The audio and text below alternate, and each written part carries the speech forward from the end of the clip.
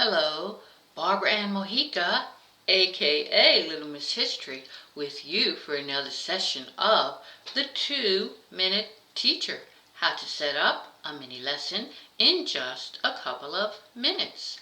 Today's lesson is making a compass that will teach us how the magnetism of the earth works and how we can use a compass to find it. We will do this lesson with a few materials that you will have lying around the house. There will be a link to my Pinterest board where you will get the picture of the experiment, and you can also download the directions in detail.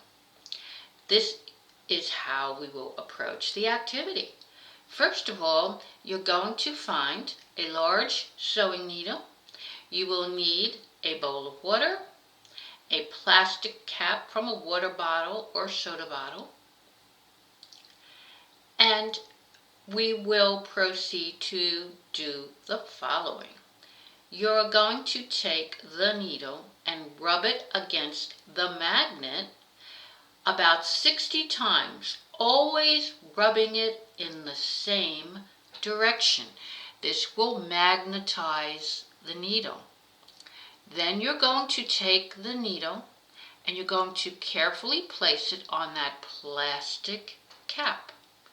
You're going to take the plastic cap and you're going to place the plastic cap in a bowl of water. Now it will float around the bowl of water until it finds true north. True north is at the North Pole of the Earth. The Earth is really a giant magnetic field.